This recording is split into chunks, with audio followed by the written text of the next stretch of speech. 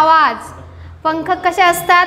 पंख फडफडत असतात. म्हणजेच यामध्ये भाषा या घटकामध्ये आपण हे अभ्यासलेलं आहे कालच्या घटकामध्ये. नैसर्गिक भाषा, त्यामध्ये असणारे उदाहरणे, एखादं परीक्षेला उदाहरण दिलेलं असतं. पशुपक्ष्यांचा आवाज, पाण्याचा खळखळणारा आवाज, झाडांची पाने सळसळतात किंवा झाडांच्या पाण्याची सळसळ, हा प्रकार कोणत्या भाषेमध्ये येतो? तर कोणत्या भाषेमध्ये येतो? तो नैसर्गिक भाषेमध्ये येणारा प्रकार आहे. तसंच चित्र, नकाशे हे कोणत्या भाषेमध्ये येतात? कृत्रिम भाषेमध्ये येतात. म्हणजेच विशिष्ट संकेत मनात आणून आपण ते चित्र काढलेलं असतं किंवा तो नकाशा काढलेला असतो, त्यालाच कोणती भाषा म्हणायचं असतं? कृत्रिम भाषा असे म्हणतात. ओके, ही कृत्रिम भाषा असते, ध्वनिमय संकेताची भाषा असते. म्हणून या भाषेला किंवा या वाणीला कोणती भाषा किंवा वाणी म्हणतात? बैखरी. आणि ही हावभावाची भाषा असते, म्हणून हिला कोणती भाषा म्हणतात? इंगित भाषा. तर आपण कालच्या लेक्चरमध्ये हे सर्व काही अभ्यासलेलं आहे. आता आपल्याला पुढचा जो घटक आज अभ्यासायचा आहे तो म्हणजे अत्यंत महत्त्वाचा असणारा, ज्यावर आयोगही प्रश्न विचारत असते. नेहमी आयोगानेही प्रश्न विचारलेले असतात. आणि इतर याच्यामध्ये आयोगाशी संबंधित आपली जी सरळ सेवा भरती आहे, आयोगाशी संबंधित प्रश्न तर असतात, पण सरळ सेवेमध्ये सुद्धा बरेचसे प्रश्न विचारलेले असतात. तर सरळ सेवेमध्ये विचारले गेलेले जे प्रश्न आहेत ते बघा. प्रश्न हा विचारलेला प्रश्न आधी आपण प्रश्न बघूया आणि मग त्या घटकाचे विश्लेषण घेऊया. आयोगाने विचारलेला प्रश्न आहे, भाषिक कौशल्याच्या एकूण पायऱ्या किती असतात? तर भाषिक कौशल्याच्या पायऱ्या 5 असतात. आयोगाने विचारलं तर उत्तर 4च लिहायचं. आणि जर सरळ सेवेला प्रश्न आला तर भाषिक कौशल्याच्या पायऱ्या या 5 असतात. हे उत्तर बरोबर आहे. तुम्ही म्हणाल असं कसं काय होतंय? तसं दिलेलं आहे. कसं दिलेलं आहे बघा. आपल्याला ज्या आता भाषिक कौशल्याच्या पायऱ्या पाहायच्या आहेत त्याची सुरुवातच आपण आधी लक्षात घेऊया. कारण जेव्हा आता मी लेखन करत आहे, लेखन करण्याच्या अगोदर मी काही पायाभूत घटक शिकले पाहिजे, तेव्हाच मी चांगल्या प्रकारे लेखन करू शकते. बरोबर आहे, प्रभावीपणे लेखन करू शकते. म्हणजे कोणत्या पायऱ्या शिकणे मी गरजेचं आहे? श्रवण, भाषण, संभाषण, वाचन, ह्या 4 पायऱ्या शिकल्याशिवाय मला शिखरभूत कौशल्याची पायरी गाठता येत नाही. म्हणून अगोदर आपण पायाभूत पायऱ्या शिकणं गरजेचं आहे. याच पायऱ्या आपल्याला बघायच्या आहेत, भाषिक कौशल्याच्या 5 पायऱ्या. तर या 5 पायऱ्यांमध्ये तुम्ही 5च पायऱ्या लक्षात ठेवा. बाकी आयोगाचं आणि सरळ सेवेचं कसं असतं मी नंतर तुम्हाला सांगणारच आहे. तर ह्या ज्या स्टेप्स आहेत, समजा आपण काही मंदिराच्या किंवा क्लासला म्हणजे कुठले पायऱ्या जेव्हा आपल्याला चढायच्या असतात तशाच ह्या पायऱ्या असतात. तर बघूया मग. ही आहे पहिली पायरी, ही आहे दुसरी पायरी, ही आहे तिसरी पायरी, ही आहे चौथी आणि ही म्हणजे 5वी. 1 2 3 4 5 एकूण पायऱ्या किती आहेत? भाषिक कौशल्याच्या 5 पायऱ्या आहेत. कारण आपल्याला जो घटक त्यामध्ये तुम्हाला आता सांगायचा आहे की भाषिक कौशल्यांमध्ये जर आपल्याला एखाद्या समजा तुम्ही एखाद्या भाषेचा अभ्यास करत आहात, मराठी सोडा, मराठी वगळता फ्रेंच असो, हिंदी असो, इंग्लिश असो, पोर्तुगीज असो, चिनी असो, कोणतीही भाषा जर शिकायची असेल, त्या भाषेवर जर आपल्याला प्रभुत्व संपादन करायचं असेल तर आपल्याला प्रामुख्याने पहिल्यांदा काय शिकणं गरजेचं आहे? भाषिक कौशल्य शिकणं गरजेचं आहे. त्यामध्ये असणारी जी पहिली पायरी आहे ती आहे श्रवण. म्हणजे काय? याचा अर्थ श्रवण करणे म्हणजे काय करणे? ऐकणे. दुसरी पायरी आहे भाषण. भाषण करताना एकच व्यक्ती बोलत असते की अनेकांशी संवाद साधत असते? एकच व्यक्ती बोलत असते. भाषण करताना एकच व्यक्ती बोलत असते भाषणमध्ये. त्याच्यानंतरची पायरी जी आहे ती आहे संभाषण. संभाषणामध्ये दोघे जण म्हणजे अनेक जणांचा ग्रुपही असू शकतो. ऐकणारा एक असतो आणि बोलणारा एक असतो. समोरचा एकमेकांना दोघं बोलू शकतात. यामध्ये चौथी जी पायरी आहे ती आहे वाचन आणि 5वी जी पायरी आहे ती आहे लेखन. मग आतापर्यंत विचारलं गेलेलं काय आहे? यामध्ये परीक्षेच्या दृष्टीने महत्त्वाचं काय आहे? तर परीक्षेच्या दृष्टीने महत्त्वाचं असणारा प्रश्न हे असतात, पायाभूत कौशल्याची पायरी असे कशास म्हणतात? पायाभूत कौशल्याची पायरी कोणती आहे? पायाभूत कौशल्याची पायरी अगोदर आपण काय केलं पाहिजे? नीटपणे, व्यवस्थितपणे ऐकलं पाहिजे. म्हणजे काय केलं पाहिजे? श्रवण करायला शिकलं पाहिजे. श्रवण केल्याला शिकल्याच्या नंतर आपण काय शिकलं पाहिजे? भाषण करायला शिकलं पाहिजे. आणि त्याच्यानंतर मग आपण एकमेकांशी संवाद साधू शकतो. प्रभावीपणे वाचन केलं, चांगल्या प्रकारे वाचन केलं पाहिजे. कारण वाचनाने आपण काय संपादन करत असतो? ज्ञान संपादन करत असतो. लेखनाच्या माध्यमातून ज्ञान देत असतो की घेत असतो? आपण व्यक्त करत असतो ना आपल्या मनामध्ये जे आहे ते लेखनाच्या माध्यमातून आपण व्यक्त करत असतो. म्हणून कशाला काय म्हणतात बघा? श्रवण म्हणजे काय? पायाभूत कौशल्याची पायरी. म्हणजे हे काय आहे? फाउंडेशन, याचं म्हणजे बेस आहे. हो की नाही? कळतंय ना? लक्षात येतंय ना सगळ्यांच्या? ओके. त्याच्यानंतर आहे भाषण. भाषण म्हणजे काय? स्वतः बोलणे, एकट्याने, बाकीच्यांनी ऐकणे. संभाषण म्हणजे काय? एकमेकांशी संवाद साधणे. त्याच्यानंतर काय आहे? वाचन. वाचन ही जी पायरी आहे, ही पायरी अत्यंत महत्त्वाची पायरी म्हणून समजली जाते. आता ती अत्यंत महत्त्वाची पायरी म्हणून का समजली जाते? कारण वाचन या पायरीला ज्ञान भंडाराची गुरुकिल्ली असे म्हणतात. कशाला म्हणतात ज्ञान भंडाराची गुरुकिल्ली? वाचन या पायरीला म्हणतात ज्ञान भंडाराची गुरुकिल्ली. कारण आपण ज्ञान संपादन कशाच्या माध्यमातून करत असतो? वाचनाच्या. म्हणून यास ज्ञान भंडाराची गुरुकिल्ली असे म्हणतात. परीक्षेला प्रश्न येतो, ज्ञान भंडाराची गुरुकिल्ली असे कोणत्या भाषिक ज्ञान भंडाराची गुरुकिल्ली असे कोणत्या भाषिक कौशल्याच्या पायरीस म्हटले जाते? कोणती आहे ज्ञान भंडाराची गुरुकिल्ली? वाचन. ओके. त्याच्यानंतर हे आहे लेखन. लेखन ही पायरी सुद्धा अत्यंत महत्त्वाची आहे. ही शिखरभूत कौशल्याची पायरी आहे असं म्हटलं जातं. कारण जेव्हा तुम्हाला माहिती आहे का, हे सर्व कुणी विचार मांडलेले आहेत? बेकन नावाचा एक तत्ववेत्ता होता, त्याने भाषेसंबंधी हे विचार मांडलेले आहेत. नाव काय त्याचं? बेकन नावाच्या तत्ववेत्याने हे सर्व विचार मांडलेले आहेत. इंग्रजी भाषेविषयी त्याने हे विचार मांडलेले होते आणि हेच विचार नंतर आपण मराठी भाषेमध्ये विकसित केलेले आहेत. आता बघा, मग मला सांगा, लेखन ही जी शेवटची शिखरभूत कौशल्याची पायरी आहे, ही पायरी यशस्वीपणे पार करण्यासाठी आपल्याला सर्वप्रथम किती पायऱ्या शिकणं गरजेचं आहे? 4. त्याच्यात 3च होतात. मग तुम्ही म्हणाल दोन्ही कोणत्या एकत्रीकरण होतात? ते पण तुम्हाला पुढे सांगणार आहे.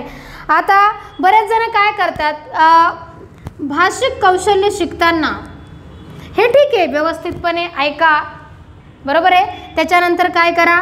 मगच बोला. त्याच्यानंतर काय? त्याच्यानंतर डिस्कशन करा, चर्चा करा. त्याच्यानंतर काय? चांगल्या प्रकारे वाचन करा आणि मग शेवटी काय करा? लेखन करा. म्हणजेच हे जर तुम्ही व्यवस्थितपणे आत्मसात केलं नाही तर तुम्हाला तुमची ही पायरी व्यवस्थितपणे विकसित होऊ शकत नाही. तुम्ही तुमचे विचार प्रभावीपणे मांडू शकत नाहीत. म्हणूनच या लेखन कौशल्याच्या पायरीला कोणती पायरी म्हटलेलं आहे? शिखरभूत कौशल्याची पायरी. ह्या सर्व पायऱ्या व्यवस्थितपणे लक्षात घ्या. शिखरभूत कौशल्याची पायरी. आता तुम्ही म्हणाल का वरीलपैकी कोणत्या 2 पायऱ्या अशा आहेत की त्यांचं एकत्रीकरण केलेलं आहे? तर त्या 2 पायऱ्या कोणकोणत्या आहेत? भाषण आणि संभाषण. आता भाषण म्हणजे बोलणे आणि संभाषण म्हणजे सुद्धा काय? बोलणे होतं की नाही? मग आता आयोगाने का बरं 4च पायऱ्या दिलेल्या आहेत? या दोन्हींचा अर्थ एकच होतोय, पण सरळ सेवेमध्ये काय केलंय त्यांना अजून वेगवेगळं केलंय. म्हणजे भाषण म्हणजे एकाच व्यक्तीने बोलणं आणि संभाषण म्हणजे याच्यावर काय करणं? चर्चा करणं. कारण भाषण आणि संभाषणामध्ये काय होतं, ज्या व्यक्ती असतात बोलणाऱ्या आणि ऐकणाऱ्या, त्यामध्ये भाषणामध्ये आपण बोलणारा काय होतो? समोरचा बोलणारा फक्त काय करतो? ऐकून घेतो. मात्र संभाषणामध्ये काय असतं? दोन्हींचं डिस्कशन सुरू असतं आणि बाकीच्या गोष्टी काही सांगायची तुम्हाला गरज नाही. याच्यातून बरंचसं लक्षात आलेलं असेलच. समजलं का भाषिक कौशल्याच्या पायऱ्या किती आहेत? 5. पहिली पायरी श्रवण, दुसरी पटपट सांगायचं, श्रवण, भाषण, संभाषण, वाचन आणि लेखन. पायाभूत कौशल्याची पायरी कोणती? श्रवण. शिखरभूत कौशल्याची पायरी कोणती? लेखन. ज्ञान भंडाराची गुरुकिल्ली असे कशास म्हणतात? वाचन. म्हणजे सर्वात मोठी आणि महत्त्वाची पायरी कोणती आहे? वाचन हे आहे. सगळ्यांच्या लक्षात आलं? ओके. आता पॉईंट तर लिहून घेतले असतीलच तुम्ही. झाले का लिहून? लिहून घ्या मग पटकन. चालू मध्येच लिहायचं.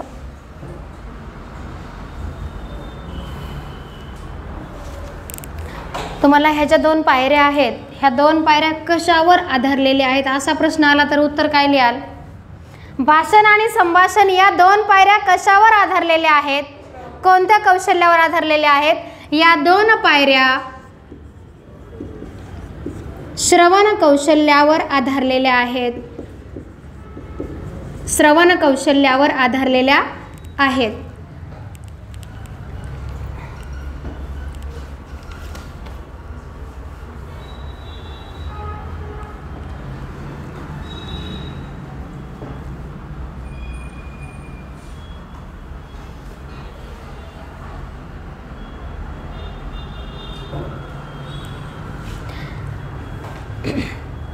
एक पॉइंट लिहून घ्यायचा. त्यामध्ये श्रवण म्हणजे ऐकणे असा अर्थ तुम्हाला माहिती आहे, पण दोन्हींचं जे एकत्रीकरण आयोगाने ज्याला 4च पायऱ्या सांगितलेल्या आहेत त्या दोन्हींचं एकत्रीकरण केलेलं आहे.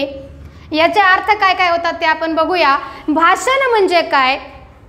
तर पटकन चालू मध्येच लिहून घेत जा म्हणजे आपला टाइम वेस्ट होत नाही. बोलणाऱ्याच्या शब्दामधून होणारे, बोलणाऱ्याच्या शब्दामधून होणारे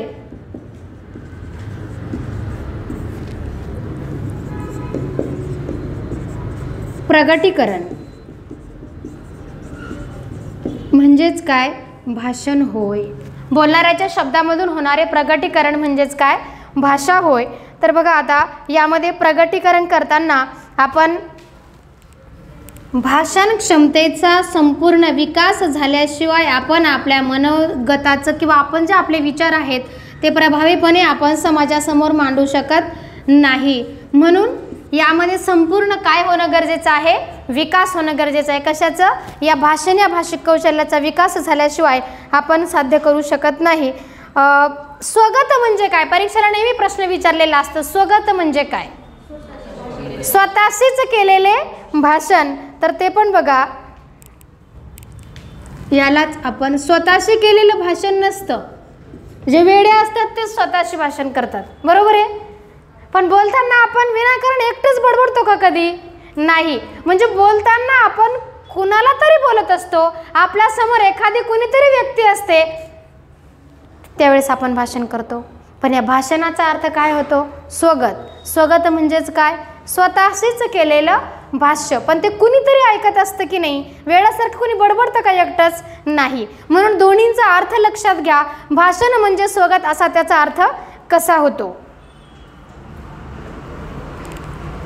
काही वेळेस याच भाषणामध्ये प्रगत भाषण सुद्धा असतं. ओके, हे लक्षात आलं असेलच. यानंतरचा नेक्स्ट जो पॉइंट आहे तो आहे भाषेचे, भाषा या घटकामध्ये येणारे भाषेचे जे उपप्रकार आहेत ते.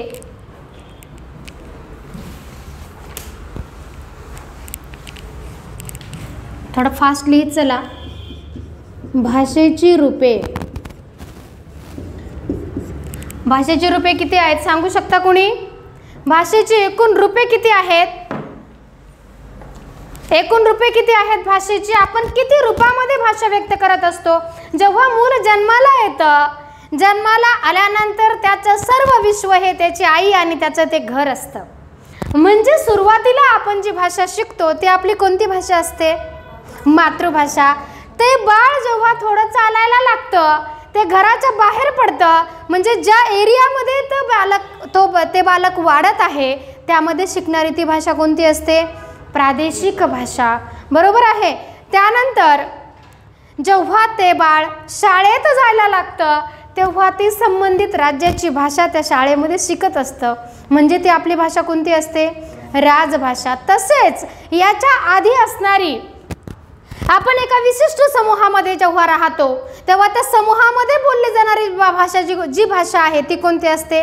ती सुद्धा प्रादेशिकच भाषा असते. पण जेव्हा आपण शाळेत जातो, शाळेत जाताना आपण आपल्या राज्याची जी भाषा वापरतो ती असते आपली प्रादेशिक राजभाषा. प्रादेशिक राजभाषा तिला म्हणतात. फक्त जर राजभाषा म्हटलं तर ते आपल्या सेंट्रलची भाषा येते. कोणती आहे आपली राजभाषा? राजभाषा कोणती आहे? सेंट्रलचा विचार करता भारताची राजभाषा कोणती आहे? हिंदी आहे. आणि राष्ट्रभाषा कोणती आहे? राष्ट्रभाषेला राज्यघटनेमध्ये दर्जा दिलेला नाही. फक्त राजभाषा म्हणून स्थान कोणाला दिलेलं आहे? हिंदी या भाषेला दिलेला आहे. पण आपलं महाराष्ट्र हा एक प्रदेश आहे, भारतामध्ये असणारे एक राज्य आहे, म्हणून आपली प्रादेशिक राजभाषा कोणती आहे? तर ती मराठी आहे. तर बघूया मग आपण ही जी भाषेची एकूण रूपे आहेत ती 7 रूपे. त्यामध्ये पहिलं जे रूप आहे ते आहे मातृभाषा.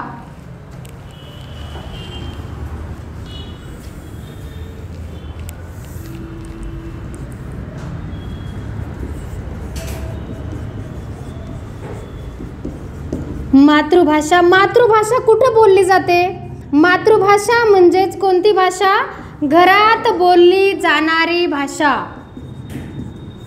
घरात बोलली जाणारी भाषा. याच्यानंतर काय होतं? बाळ किंवा आपण घराच्या बाहेर पडतो आणि त्यानंतरची जी भाषा असते आपल्या दैनंदिन व्यवहारामध्ये आपल्या भागामध्ये बोलली जाणारी जी भाषा आहे ती असते आपल्या सर्वांची बोलीभाषा. ओके. मातृभाषेनंतरची भाषा जी येते ती आहे बोलीभाषा, म्हणजेच दैनंदिन व्यवहारातील भाषा. भारतामध्ये एकूण किती बोलीभाषा आहेत? किती बोलीभाषा आहेत? नाही. सांगा, अचूक उत्तर पाहिजे. भारतामध्ये एकूण बोलीभाषा 1652 आहेत. किती आहेत? 1652. त्यापैकी किती भाषांना केंद्र सरकारने अधिकृत भाषांचा दर्जा दिलेला आहे? 22 भाषांनाच दिलेला आहे. तर भारतामध्ये ज्या एकूण बोलीभाषा आहेत ते आहे 1652 भाषा आहेत बोलीभाषा. केंद्रामध्ये हे लक्षात ठेवायचं आहे. तुम्ही शॉर्टमध्ये लिहून दिलेलं आहे त्या ठिकाणी.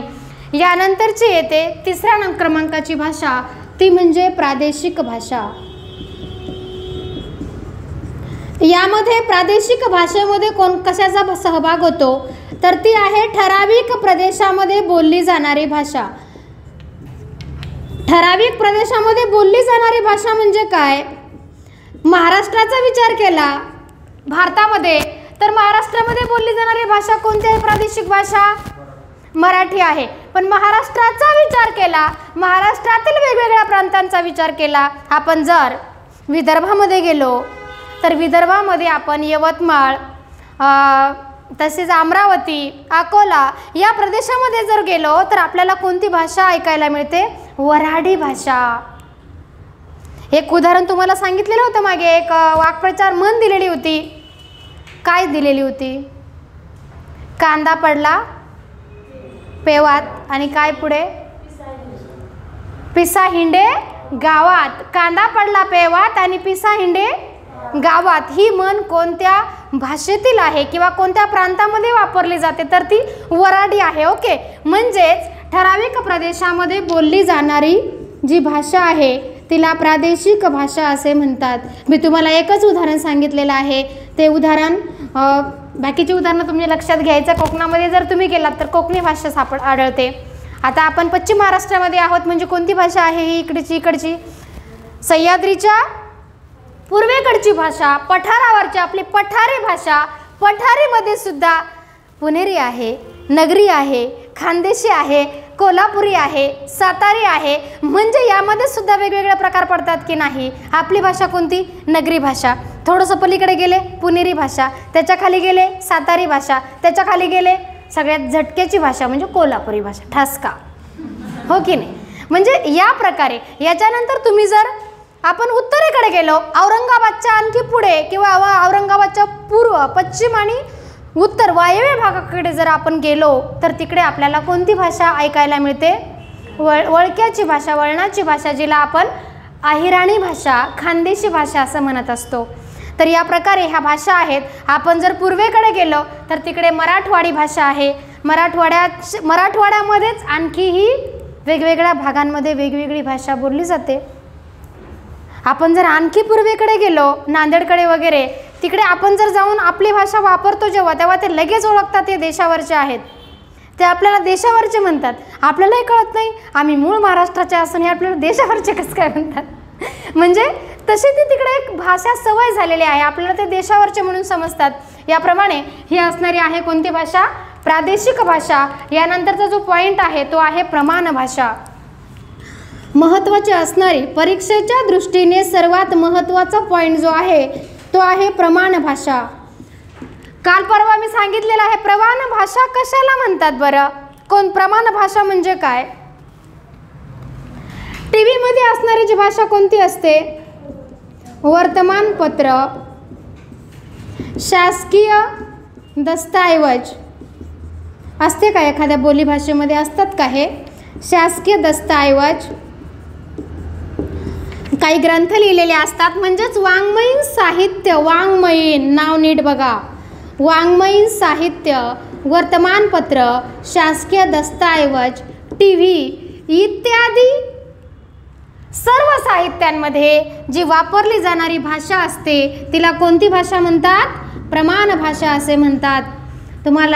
तुम्ही प्रश्न वाचलेले असतील आतापर्यंत, म्हणजे भाषा या घटकावर जास्त प्रश्न आलेले नसतातच, पण जे प्रश्न आलेले असतात त्याबद्दल आपल्याला अचूक माहिती असणं फार गरजेचं आहे. म्हणून ह्या लेक्चरमध्ये तुम्हाला सर्व काही डिटेल्स भाषेबद्दल सांगितलं जातं आहे, तिच्या रूपांबद्दल, प्रमाण भाषेबद्दल प्रश्न हा येतोच. त्यामुळे हा जो पॉईंट आहे हा हायलाईट करून ठेवा. कधी काही विचारलं जाईल हे सांगता येत नाही. याच्यानंतरची 6व्या क्रमांकाची जी भाषा आहे ती आहे 5व्या क्रमांकाची जी भाषा आहे ती आहे आपली राजभाषा. किती झाल्या आपल्या? पहिली मातृभाषा, दुसरी बोलीभाषा, तिसरी प्रादेशिक भाषा, चौथी प्रमाण भाषा, त्याच्यानंतरची 5वी जी आहे ती आहे राजभाषा. आता फक्त राजभाषा म्हटलं तर कोणती आहे राजभाषा? आपली हिंदी. मग कोणती राजभाषा? संघराज्य व्यवहाराची जी भाषा आहे तिला राजभाषा असे म्हणतात. संघराज्य व्यवहाराची भाषा.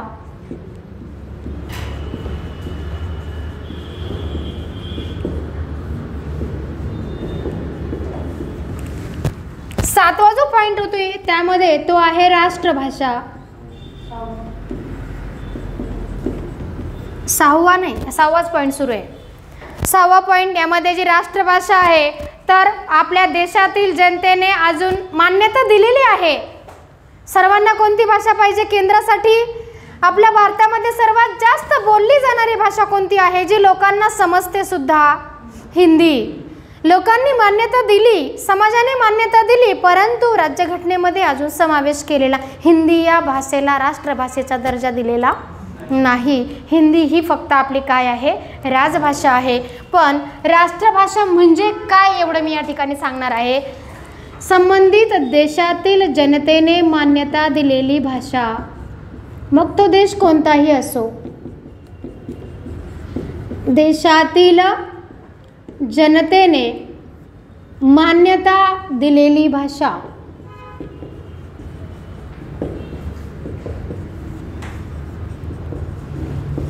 मान्यता दिलेली भाषा. आणि 7वा जो महत्त्वाचा पॉइंट आहे तर तो आहे आपला म्हणजेच प्रादेशिक राजभाषा.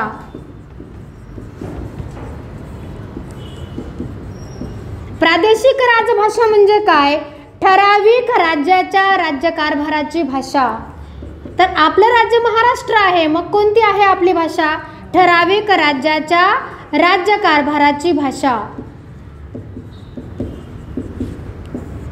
कोणती आहे? मराठी आहे. या प्रकारे हे भाषेचे एकूण रूपे किती आहेत? 7 रूपे आहेत. मातृभाषा, बोलीभाषा, पुढची प्रादेशिक भाषा, त्याच्यानंतर प्रमाण भाषा, नंतर राजभाषा, नंतर राष्ट्रभाषा आणि नंतर प्रादेशिक राजभाषा. देशातील जनतेने मान्यता दिलेली भाषा म्हणजे कोणती? राजभाषा. त्यानंतर संघराज्याच्या व्यवहाराची भाषा म्हणजेच कोणती? राजभाषा. देशातील जनतेने मान्यता दिलेली भाषा म्हणजेच कोणती? राष्ट्रभाषा. शासकीय दस्तऐवज, टीव्ही, वर्तमानपत्र, वाङ्मयीन साहित्य यामध्ये वापरली जाणारी भाषा म्हणजे कोणती? प्रमाण भाषा. संबंधित राज्याची, ठराविक राज्याची, मग ते राज्य असो किंवा केंद्रशासित प्रदेश असो, त्यामध्ये असणारी जी भाषा आहे त्या राज्याच्या लोकांनी मान्यता दिलेली जी भाषा आहे तिला काय म्हणायचं? प्रादेशिक राजभाषा. याप्रमाणे हे भाषेची जी एकूण रूपे आहेत ते एकूण रूपे 7. यानंतर नेक्स्ट जो पॉइंट आहे तो पॉइंट भारतीय भाषा आपल्याला बघायच्या आहेत. आपण जो घटक अभ्यासत आहोत आपण महाराष्ट्रापर्यंत अजून पोहोचलेलो नाही आहेत. सगळं काही आपण भारताचंच पाहत आहोत. भाषेचं स्थान काय आहे तर बघूया. मग आपल्या भारतामध्ये असणाऱ्या ज्या भारतीय भाषा आहेत त्यामध्ये प्राचीन कोणत्या आहेत, नवीन कोणत्या आहेत, कोणत्या भाषेला कोणता दर्जा दिलेला आहे, हे सर्व आपण यामध्ये अभ्यासणार आहोत. या भारतीय भाषांमध्ये महत्त्वाचे असणारे जे पॉईंट असतात त्यामध्ये एकूण भाषा आपल्याला माहीत पाहिजेत. भारतामध्ये एकूण किती भाषा बोलल्या जातात? 1652 भाषा बोलल्या जातात.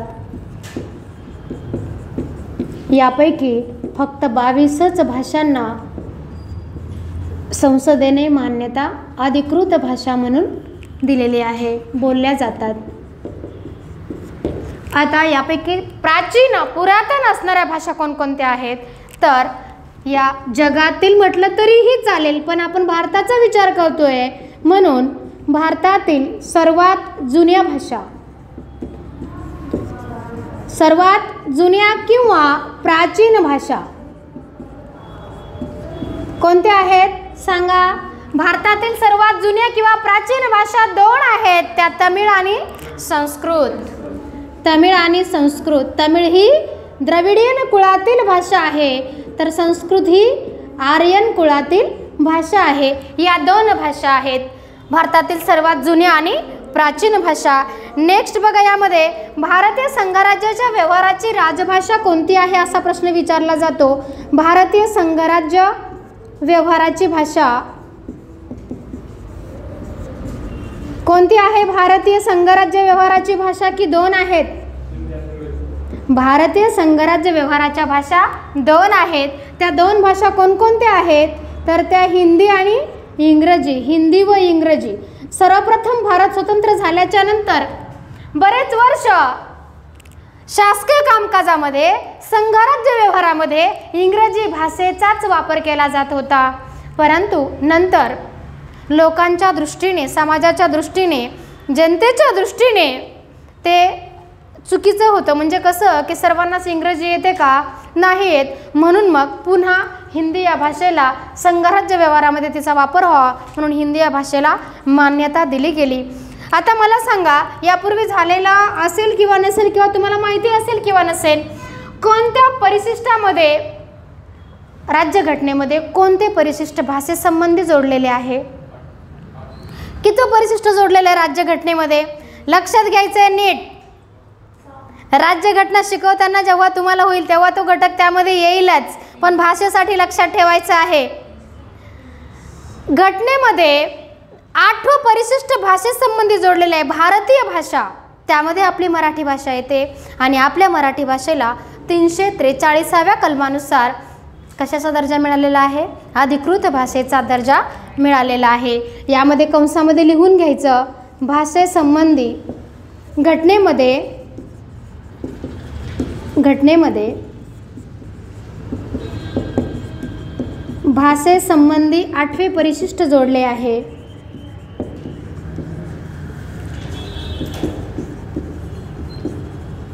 परिशिष्ट जोडले आहे.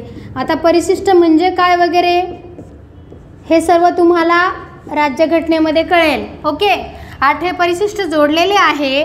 तर घटनेच्या कितव्या कलमानुसार भारतीय भाषांना अधिकृत भाषेचा दर्जा मिळालेला आहे?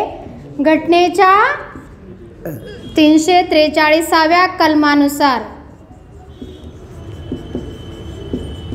343व्या कलमानुसार काय मिळालेलं आहे? किती भाषांना? 22 भाषांना. घटनेच्या 343व्या कलमानुसार एकूण 22 भाषांना अधिकृत भाषेचा दर्जा मिळालेला आहे. किती भाषा आहेत एकूण? 1652, पण त्यापैकी फक्त 22च भाषांना अधिकृत भाषा म्हणून मान्यता मिळालेली आहे.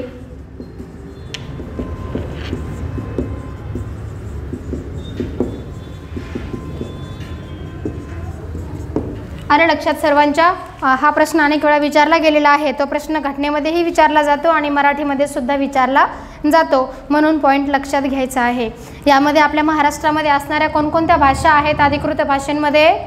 अधिकृत भाषेचं जो चार्ट आहे तो तुम्हाला शीट स्वरूपात दिला जाईल किंवा मग पाठवला जाईल, ओके, ग्रुपवर.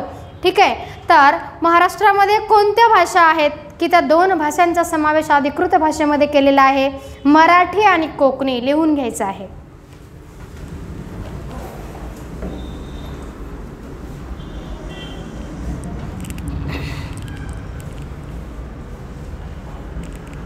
कलम 343 पासून कलम 353 पर्यंत सर्व कलमे ही भाषेसंबंधी आहेत. आपल्याला फक्त आपलंच पाहिजे आहे, म्हणून 343च लक्षात ठेवा.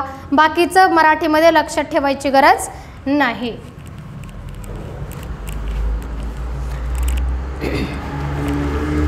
आता यानंतरचा नेक्स्ट पॉईंट जो आहे तो भारतीय भाषा कुळे. बघा, जसं की मानवामध्ये सुद्धा कुळाचा विचार केला जातो की नाही? लग्नाच्या वेळेस केला जातो, हो ना?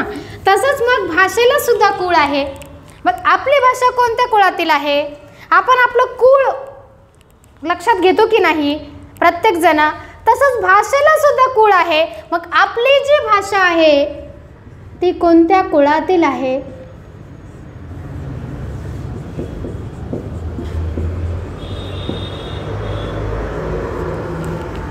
कोणत्या कुळातील आहे सांगू शकता? नाही.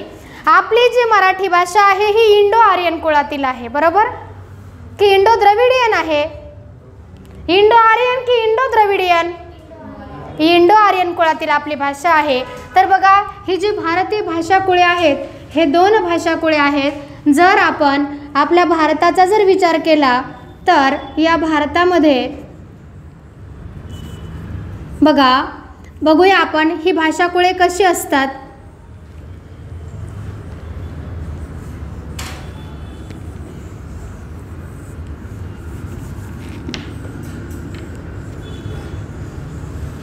हां, भारताचा नकाशाचा जर आपण विचार केला, हा समजून घ्या, हा भारताचा नकाशा आहे. थोडा तिरपा झालाय, हो ना? इकडे कल्ला आहे, पण करू द्या, काही नाही.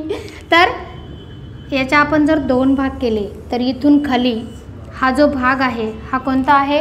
द्रविडियन आहे. आणि इथून वर जर आपण विचार केला तर हा कोणता आहे? इंडो आर्यन आहे. इंडो आर्यन म्हणजेच काय? तर या सर्व भागांमध्ये इथून इकडं एवढ्या भागांमध्ये आर्यांचं वास्तव्य होतं आणि इकडची जी संस्कृती आहे इकडं द्रविडांचं वास्तव्य होतं. म्हणून त्यांची जीवनशैली आणि आपल्या जीवनशैलीमध्ये बराचसा फरक आहे. त्यांची जी अक्षर लेखन पद्धत आहे, त्यांच्या ज्या भाषा आहेत त्या सुद्धा वेगळ्या आहेत. त्यांची लिपी वेगळी आहे, म्हणजेच अक्षर लेखन पद्धती वेगवेगळी आहे. त्यांच्या अक्षरावर रेषा असतात का? असतात का? द्रविडियन कुळातील तमिळ, तेलुगू, मल्याळम आहेत का? कन्नड या भाषेवर शिरोरेषा आहेत का? नाही आहेत. म्हणजेच ते देवनागरी लिपीचा वापर करत नाहीत. आणि उत्तरेकडे असणाऱ्या ज्या सर्व भाषा आहेत या सर्व भाषा कोणत्या कुळातील आहेत? इंडो आर्यन कुळातील आहेत. त्या देवनागरी लिपीमध्ये लिहिल्या जातात. ओके, आता बघूया आपण यामध्ये ही जी भाषा कुळे आहेत हे किती आहेत, कसे आहेत. अगोदर समजून घ्या, भारतामध्ये 74% लोकांचं जे भाषा कुळ आहे ते कोणतं आहे? Indo Aryan. यालाच इंडो युरोपियन असे सुद्धा म्हणतात. तुम्ही म्हणाल याला इंडो युरोपियन का म्हणतात? कारण हे जे आर्य लोक होते हे जेव्हा आपल्या हिंदुस्थानामध्ये आले तेव्हा ते युरोपियन प्रांतामधूनच आलेले होते. युरोपकडूनच त्यांनी एंट्री केली आपल्या हिंदुस्थानामध्ये. तेव्हाच्या हिंदुस्थानामध्ये केली, म्हणजे पाकिस्तान आणि भारत तेव्हा एकच होते. लक्षात येतंय ना? आणि मग त्यांनी सिंधू संस्कृतीवर आक्रमण केलं. हे एक कारण आहे सिंधू संस्कृतीच्या विनाशाला ठरलेलं. सर्वच आक्रमण आर्यांनी नाही केलेलं, पण काही नैसर्गिक आपत्तीमुळे सुद्धा सिंधू संस्कृतीचा काय झालेला आहे? विनाश झालेला आहे. आणि दुसरं कारण आहे आर्यांनी आक्रमण केलं, त्यामुळे सिंधू संस्कृतीचा काय झाला? विनाश. आपली जी मूळ संस्कृती आहे ती कोणती आहे? सिंधू आहे. त्याच्यानंतर कोण आलं? आर्य लोक आपल्या हिंदुस्थानामध्ये आले आणि मग आपण आर्यांच्या संस्कृतीचं अनुकरण करायला शिकलो. जेव्हा आपण देवपूजा करतो किंवा दररोज आपण प्रत्येक स्त्री तुळशीसमोर रांगोळी काढत असते, तेव्हा रांगोळी काढताना तिथं आपण रामाची पावले काढतो, शुभ लाभ लिहितो, बरोबर आहे. मग यामध्ये संस्कृती कोणती आहे, आर्य कोणती आहे आणि सिंधू कोणती आहे? जेव्हा आपण ते असं चिन्ह देवासमोर अधिकचं काढत असतो तेव्हा याचा अर्थ आपल्याला माहिती आहे का काय होतो? याचा अर्थ आहे शुभ लाभ. जे होईल ते शुभ हो, त्याचा आम्हाला लाभ हो, हा त्याचा अर्थ आहे. म्हणजे हे सिंधू संस्कृतीचं प्रतीक आहे. सिंधू संस्कृतीच्या लोकांना लेखन कला माहिती नव्हती, लिहायचे पण अक्षर ज्ञान त्यांना नव्हतं, ते चित्रलिपी त्यांना माहिती होती. त्यांच्या मनातील विचार ते कशाच्या माध्यमातून व्यक्त करत होते? चित्राच्या माध्यमातून व्यक्त करत होते. जेव्हा आपण दारासमोर 2 पावले काढतो तर बऱ्याचशा जणांना वाटतं की ती रामाची पावले आहेत, तर त्या पावलांचा अर्थ असा आहे, माझ्या घरी येणाऱ्या सर्व जे पाहुणे माझ्या घरी आज जे बी कोणी येईल ते पाहुण्यांच्या स्वरूपात येईल आणि आलेल्या पाहुण्यांचं स्वागत असो, अतिथी देवो भव असा त्याचा अर्थ होतो. जे पावले आपण दारासमोर रोज काढतो म्हणजे आपण सिंधू संस्कृतीचं सुद्धा अनुकरण करतोय आणि आर्य संस्कृतीचं सुद्धा करत असतो. सत्यनारायणाची पूजा जेव्हा करतात लोक तेव्हा देवासमोर एक कलश ठेवला जातो, त्याच्यावर एक नारळ मांडला जातो, त्याच्यावर एक स्वस्तिकचं चित्र काढलं जातं. हे सिंधू संस्कृतीचं प्रतीक आहे. त्याच देवासमोर आपण पोथी वाचतो सत्यनारायणाची पोथी कुणी मांडली? आर्यांनी मांडली.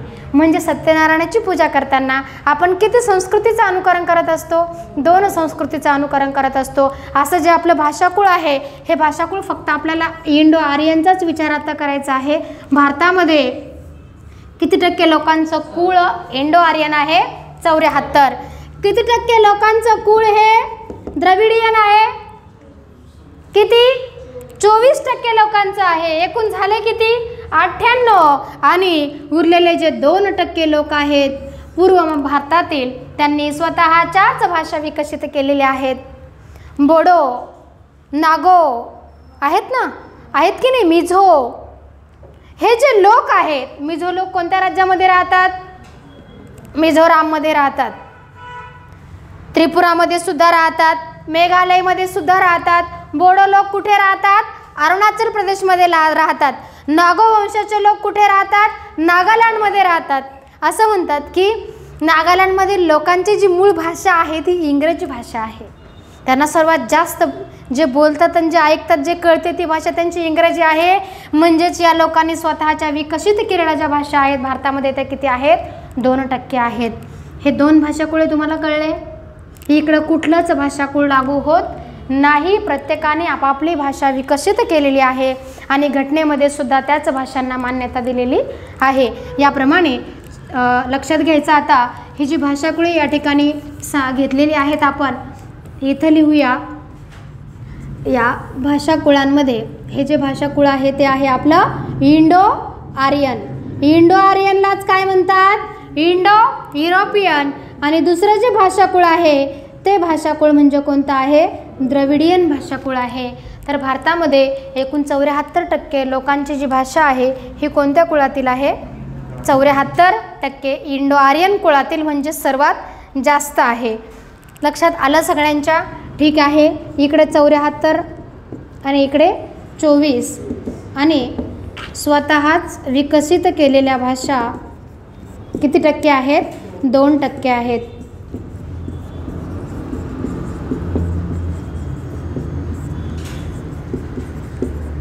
स्वतःच विकसित केलेल्या भाषा. ओके, आलं लक्षात सर्व हे तुमच्या? ठीक आहे. यामध्ये कुणाला काही प्रश्न विचारायचा आहे का? सर्व समजलंय का? द्रविडियन, हां ओके. हे नाही समजलं, ठीक आहे, ते सांगायला पाहिजे होते एक्सप्लेन करून अगोदरच. आर्यन, आर्य कळले का तुम्हाला? आर्यांनी आणलेली भाषा. वेदांची रचना कुणी केली? आर्यांनी केली. त्यांच्यापासूनच आपण सगळं बहुतेक बरंचसं काही आपण घेतलेलं आहे, हो की नाही? म्हणजे की वेदांचं पठण वगैरे वगैरे वगैरे वगैरे सर्व काही. परंतु देवाला याची काही गरज नाही. तर 24% जे लोक आहेत ते द्रविडियन भाषा कुळातील भाषा बोलतात. तुम्हाला माहिती आहे ना कसं कसं बोलतात ते? कळतं का त्यातलं काही? त्यातलं काही कळतं का? किती फास्ट बोलतात ते? कोणकोणत्या भाषा आहेत मग? कर्नाटक राज्यामध्ये बोलली जाणारी भाषा आहे कन्नड. केरळ राज्यामध्ये बोलली जाणारी भाषा आहे मल्याळम. तेलंगणा आणि आंध्र प्रदेश राज्यामध्ये बोलली जाणारी भाषा आहे तेलुगू आणि तामिळनाडू राज्यामध्ये बोलली जाणारी भाषा आहे तमिळ. म्हणजे एकंदरीत राज्य किती झाले? 5.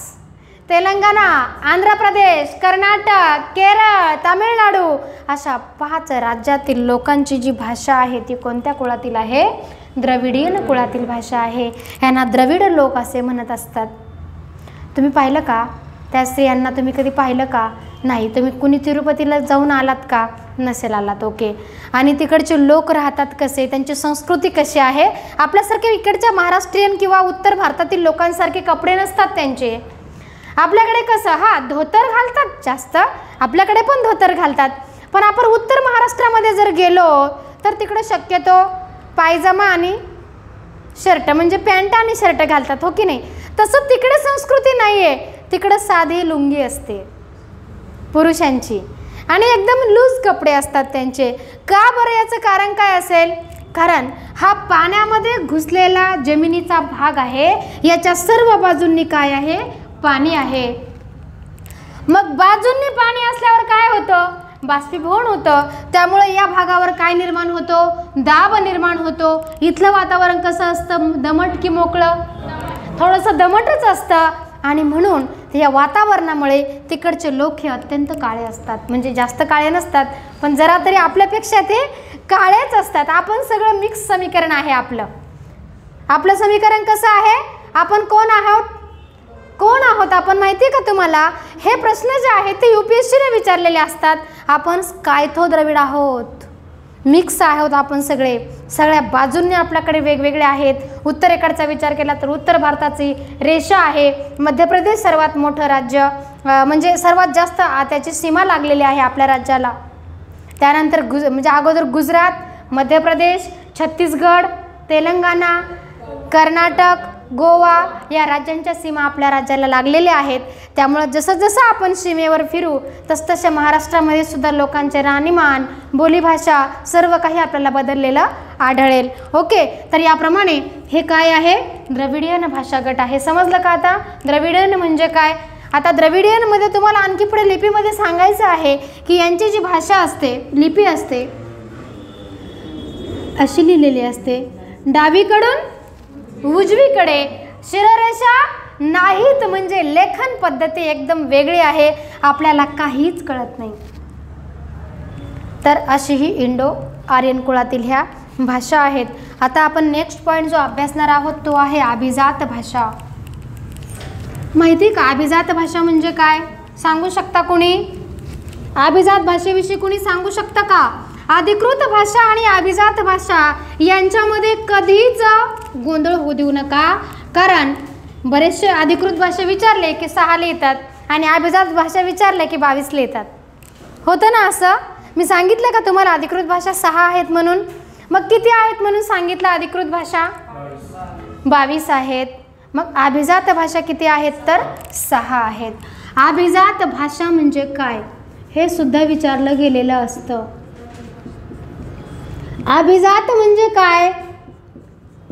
काय होतं याचा अर्थ अभिजातचा? अभिजात म्हणजे पूर्व काळापासून असलेलं, मग ते काहीही असो, भाषा असो, माणूस असो, संस्कृती असो, वगैरे वगैरे काहीही असो, त्याला अभिजात असे म्हणतात. तर आपण यामध्ये असणारे जे भाषेचे निकष आणि अटी आहेत ते बघूया. तर अभिजात भाषेचा दर्जा कुणाला दिला जातो? भारतामध्ये एकूण अभिजात भाषा किती आहेत? 6 आहेत. तर या 6 भाषा कोणकोणत्या आहेत? विचार करून सांगा. म्हणजे ज्या प्राचीन असतात त्या,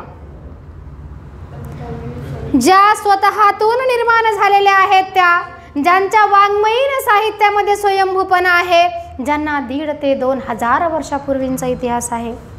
आपली मराठी भाषा ही अधिकृत अभिजात भाषा आहे का? मराठी भाषेला अभिजात भाषेचा दर्जा मिळालेला आहे का? नाही. मराठी भाषेचं वाङ्मयीन साहित्य प्राचीन नाही का?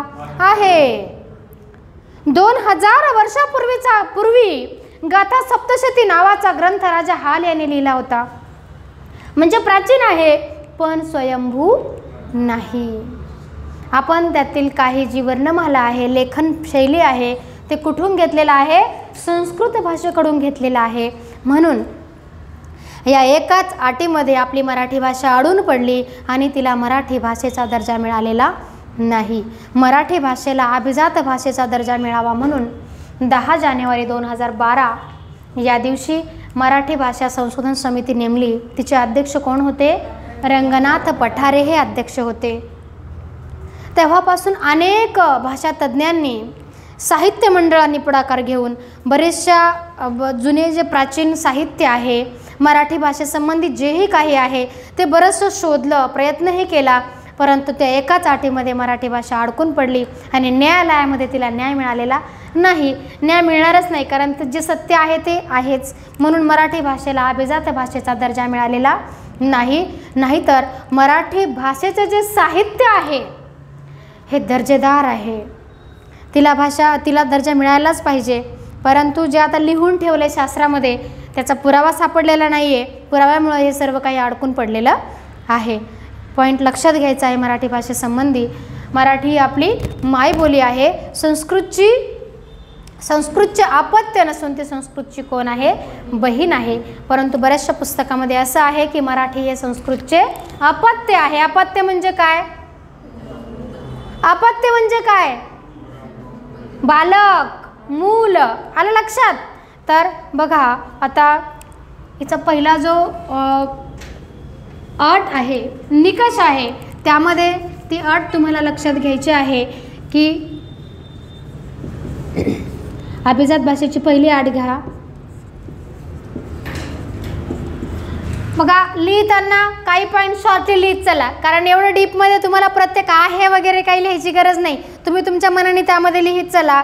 काय आहे यामध्ये लिहू नका. हे सुद्धा इतिहास प्राचीन असावा, इतिहास प्राचीन असावा. वाङ्मयीन साहित्य स्वयंभू असावे. इतिहास प्राचीन असावा म्हणजे किती इतिहास कसा असावा? 1,500 ते 2,000 वर्षापूर्वीची ती भाषा असावी. 1,500 ते 2,000 वर्षापूर्वीची ती भाषा असावी.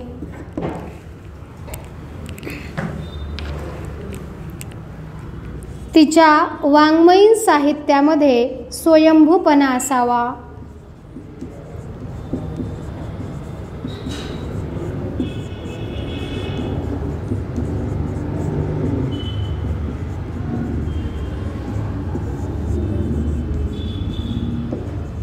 स्वयंभूपणा, स्वयंभूचा अर्थ कळतो ना तुम्हाला? स्वयंभू म्हणजे स्वतःतून निर्माण झालेला, त्याला म्हणायचं स्वयंभूपणा. ती भाषा दुसऱ्या समूहाकडून घेतली गेलेली नसावी. दुसऱ्या समूहाकडून म्हणजेच दुसऱ्या भाषेकडून घेतली गेलेली नसावी. यामध्ये आपली मराठी काय झालेली आहे? अडून पडलेली आहे.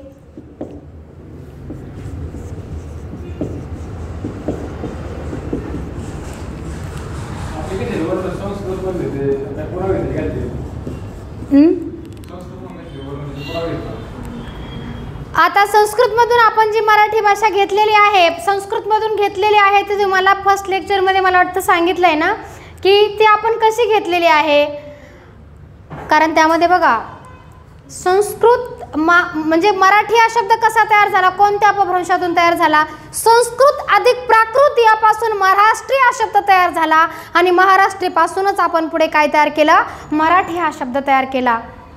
पुरावे कोणकोणत्या ठिकाणी सापडलेले आहेत हे आपल्याला पुढे बघायचं आहे अभिजात भाषेच्या नंतर. म्हणजे कुठे कुठे सापडले, सर्वात पहिला पुरावा कोणता आहे? आपला मराठीचा कोणता आहे? आता हे जे पुरावे आहेत, मराठीतील पहिलं उपलब्ध वाक्य इसवी सन 983च्या काळामध्ये श्री चामुंडराय कर्वेले हे सापडले. कोणत्या ठिकाणी? श्रवण बेळगोळ या ठिकाणी.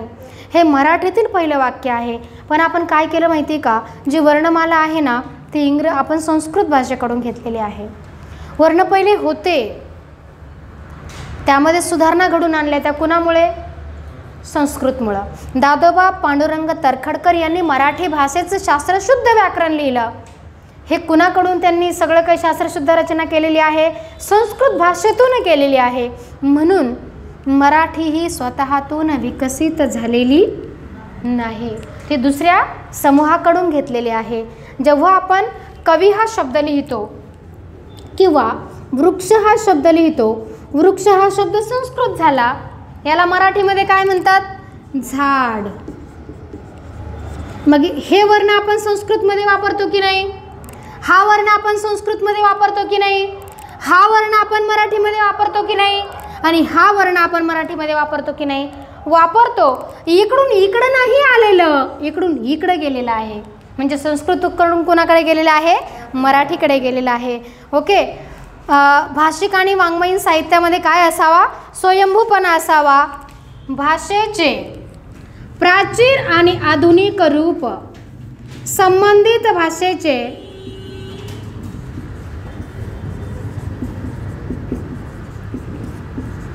प्राचीन व आधुनिक रूप,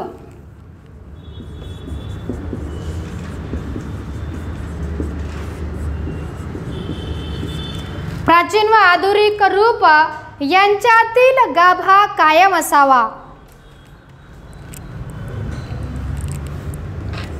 गाभा नाव नीट लिहायचं. यातील गाभा, गाभा म्हणजे काय अर्थ कळतो का?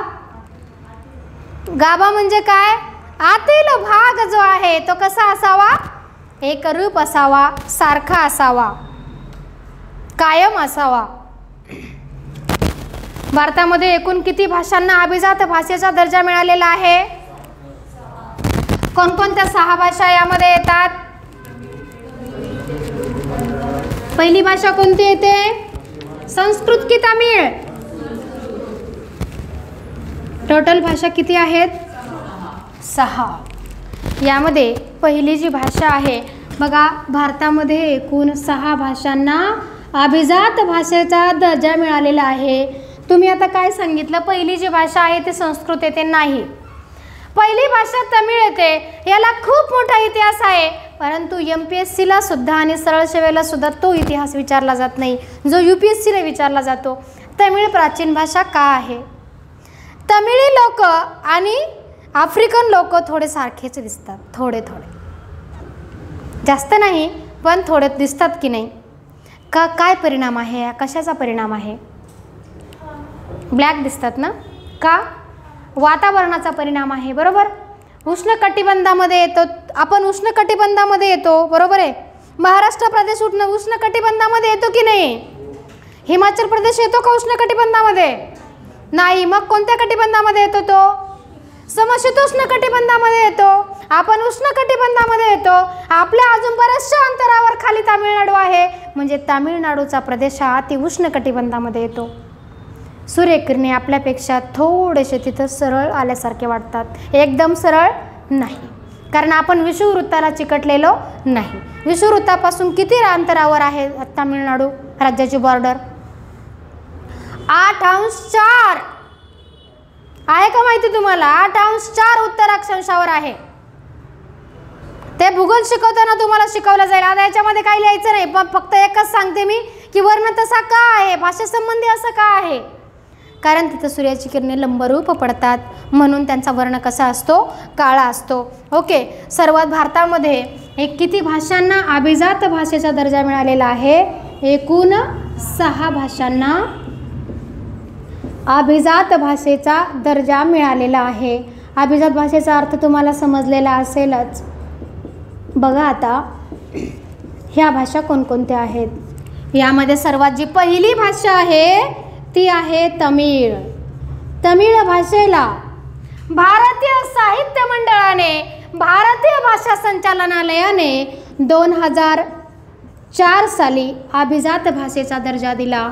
त्याच्यानंतर संस्कृत भाषेला 2005 साली अभिजात भाषेचा दर्जा दिला. याच्यानंतरच्या भाषा राहिलेल्या आहेत ज्या 6, त्यामध्ये कन्नड आणि तेलुगू या भाषा येतात. कन्नड आणि तेलुगू यांचं संशोधन केलं आणि मग या दोन्हीही भाषांना 2008 साली अभिजात भाषेचा दर्जा दिला. याच्यानंतर पाचवी जी भाषा आहे मल्याळम, ते अलीकडच्या काळामध्ये म्हणजेच 2013 साली ही केरळ राज्याची राजभाषा आहे. या भाषेला किती साली? 2013 साली अभिजात भाषेचा दर्जा दिला. आणि त्याच्यानंतर ओडिशा राज्याची जी राजभाषा आहे ती कोणती आहे? ओडिया. ओडिया या भाषेला प्राचीन भाषा आहे म्हणून अलीकडच्या काळात 2014 साली अभिजात भाषेचा दर्जा दिला. अशा ह्या एकूण अभिजात भाषा भारतामध्ये किती आहेत? 6.